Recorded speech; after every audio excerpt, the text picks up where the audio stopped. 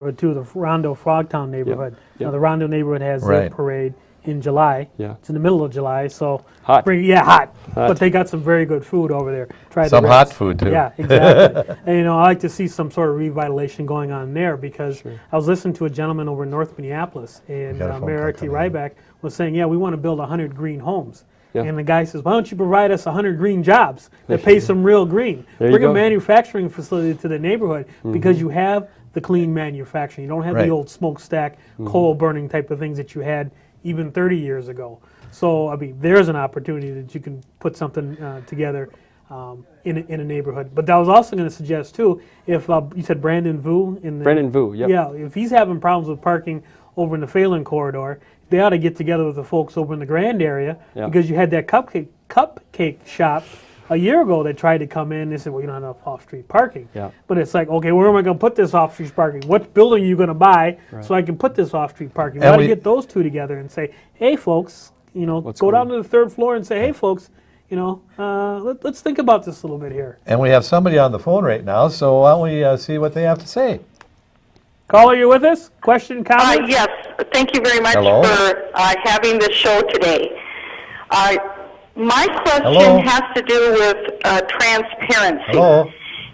With regard to the council meetings and the workshops that the council members have, I would like to have more transparency with what is going on, to have more of those meetings televised. And also, I understand that citizens, if they want to be heard at the council meeting, that they have to have basically a city council member sponsor them before they can speak at a council meeting. Do you have some thoughts on how to open up the process more for citizens? Yes, definitely, and thank you for the call. We appreciate it. Yeah, the council meetings, I believe, they are on TV, but they could be probably televised more than they are. I agree. It would be nice so people that do work and have different schedules would be able to see it no matter what. I think when you do have a council meeting, instead of having a councilman sponsor you, you should be able to go in there. You need to have a little bit of notice and give them some forewarning, but they need to be able to go in and talk on a regular basis, and I think that's very important. That gives everybody the feeling that, hey, our voices are being heard. When you have to have a sponsor, that's not right. I don't think that's right at all. I think the people should be able to go in there with when they do talk to their council person and give them a little heads up on what they'd like to talk about, and they should have their voices heard. So I would see that as something that would be definitely a change that would need to be made, and I think that would be a good change. And again, thanks for the call. That kind of brings up a point, too. We don't have Unigov here in this state. Unigov being like Indianapolis, Marion County. That's a Unigov, but that's like a 25-person Unigov. How do you see your role as mayor, working with the St. Paul City Council and a Ramsey County Commission on various projects? I'll give you an example. Former Commissioner Tony Bennett wanted to do this development up in Arden Hills. It was the football stadium, of course. But, Ramsey County likes to get into development. They like to own property. How do you see any type of collaboration with Ramsey County or even the suburbs? Maplewood being a first-ring suburb to St. Paul. How do you see any type of collaboration there? We talk a lot about Minneapolis, but, what kind of collaboration do you see with the first-ring suburbs, particularly on the east side of St. Paul, Ramsey County suburbs? Well, I just want to say one more thing, I guess. I mentioned the council people. I want to say the Ramsey County Commissioners, they all do a wonderful job also. They have a lot of work, and they do a fantastic job.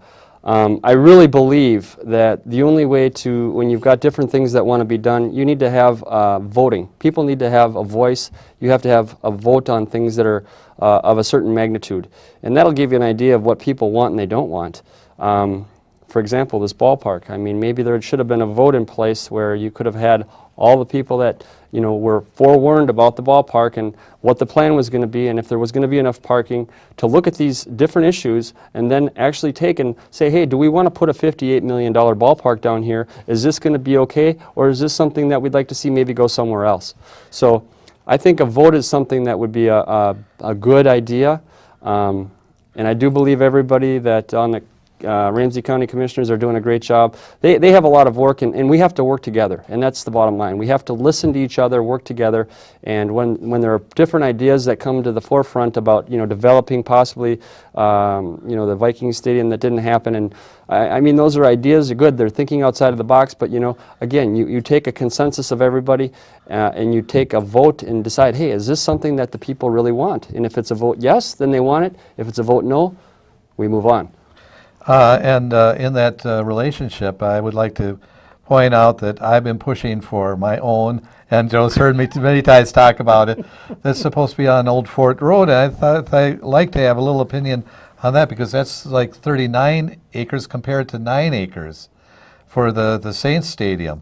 What would you think of moving it over there by the Schmidt Brewery there on Old Fort Road between Warner and Old Fort Road or West 7th Street? Well, and again, I'm just, I'm sure that would be a good facility as well, where you're talking about putting it. The project is pretty much on a fast track right now, from what I understand, and it's pretty much going to happen. Where it's designed for downtown and Lower Town. I know that had we, taken and had a vote and listened to a variety of folks like yourself, like the people in Lower Town, like the people in the Midway. I mean, the Midway Stadium's not a bad thing. Maybe that could have been revamped tremendously with $58 million. It could have been a world-class facility. They could have continued to tailgate. There's got to be more parking there. There's got to be a lot more parking there. You could actually take that $1 million and put some restaurants in there. 'Cause Well, I think that was the biggest complaint about the Midway site, that there's no restaurants in the immediate area. Yeah. But like you said, that clearly would solve your parking problem. Just put some restaurants in there, or like they do in Minneapolis. And it was a great thing they started 3 years ago. Just have the folks bring in their food trucks. Exactly. Again, and I want to tell the Saints that we're all for your team, and we want to see the ballpark, wherever it be in Midway or in downtown. We were going to go to your games. So we like your baseball. We like going to the games. But the big thing is the community and listening to what the community wants. Where is the best place for the stadium? That's the big thing. And when we do the project, wherever it might be, it has to be done with a lot of different things in mind: parking, noise, access, and just overall convenience for everybody, so everybody can enjoy it. To me, it just sounds like respect for the neighborhood. Exactly. If you're going to plot this building down, Yeah. why don't you ask the neighbors first? Exactly. Yes. There's nothing wrong with that. And then, because you are running, we should actually get, because we haven't mentioned at all that you do have a contact location. We should have that mentioned at least once or twice before the end of the show, so that people can be very aware of how to get hold of you. On the internet, it's www.holdenformayor.com. And do you wish me to also announce your telephone number here? Yeah, actually, I want to mention one thing. It is Tim Holden for mayor. We want to make sure you emphasize Tim Holden for mayor, and the phone number again is 651-387-8075. We'd love you to come over to our office in the back of 1607 University. We'd love to meet you and talk to you. Give us your input, give us your feedback. We're there to listen, and that's what it's all about. We want to listen to what you have to say. We will be at Rondo Days, so that's going to be a week of fun, and it's going to be hot, I understand. I understand that Melvin Carter is no longer going to be on the council, so I'm thinking Johnny Howard is going to be there, and I hope and wish him the best. And, by all means, I just think it's going to be a fun next couple of 6 to 9 months. We've got a lot of changes. Very good food, too. Yeah. Very good food and a lot of fun coming up. Great.